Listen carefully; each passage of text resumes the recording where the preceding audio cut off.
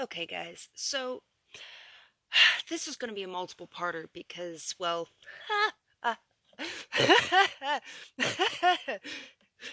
oh, we got a rant coming up on my part. White people don't know what it's like. What white people, specifically white people, can't speak out against gatekeeping, and we need to stop appropriating because we don't know what it's like to be the minority or what it's like to be appropriated. Okay, okay, more coming up. So, first of all, I want to talk about the difference between race and skin color. Okay, many races can have the same skin color. Let's see, whites, for example. Irish people are white, English people are white. Um, Canadians, well, that's not exactly a race, but most Jewish, because Jews are a race, are white. But even in those races, they have different skin colors because not all Jews are white, or some of them are black. Um, let's see, and the original Jews would have been black because they're out in that area. Um, African American. There are white African Americans and there are black African Americans. So skin color means nothing. Okay, so this is part two, and we're going to talk about white people and minorities. Okay, Irish people, for straight example, are very light skinned. Okay, so they're white, minority. As a matter of fact, they were used as slaves before the African Americans.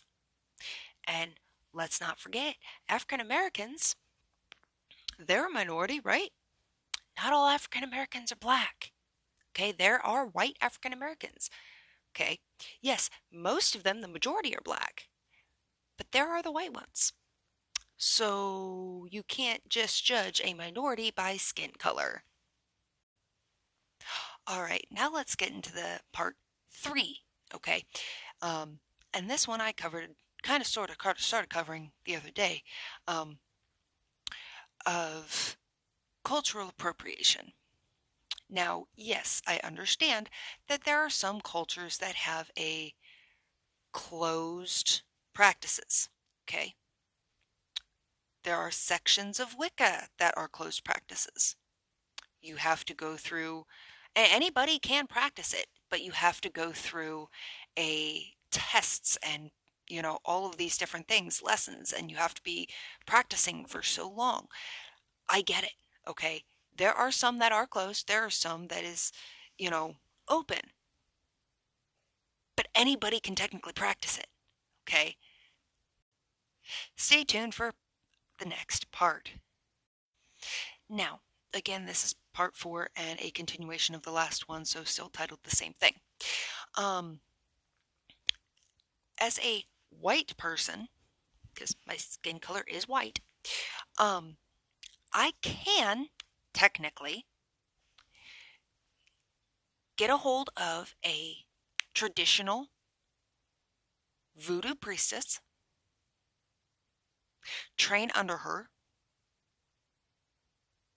and become a voodoo priestess myself. Now, does that mean that I'm culturally appropriating? No. That means that I went and I was led to her. I decided to do the dedication and, dedicate myself to those practices and become a voodoo priestess. Okay, I'm not culturally appropriating.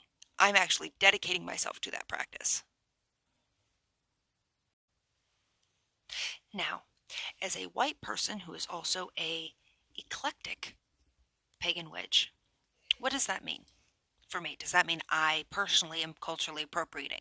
No.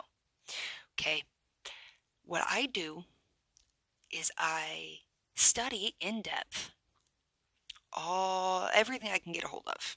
Okay, doesn't matter what it is: voodoo, Norse paganism, hoodoo, shamanism, Wicca, and anything. And I in-depth study it, and I take what works for me. Okay. The parts that don't work, well, meh. But I take what works for me and I kind of put it in this little melting pot. Okay. And I melt it all together.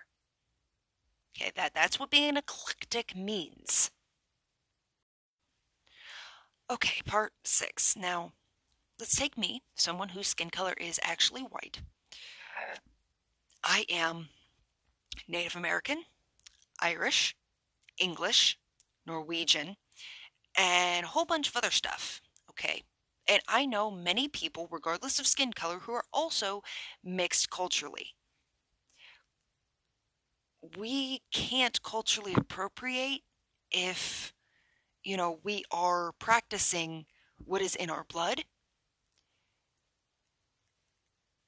due to the fact of it's in our blood. It's in our history. Okay, you can't claim someone is culturally appropriating based on their skin color if you don't know their history, you don't know their background, or anything else. Okay, so quit claiming cultural appropriation. Okay, so with all of that said, my last 6 or 7 parts, what does that mean for somebody who practices witchcraft? We're mixed culturally, we're being accused of cultural appropriation, there are closed practices. What does this mean? It means absolutely nothing. Okay?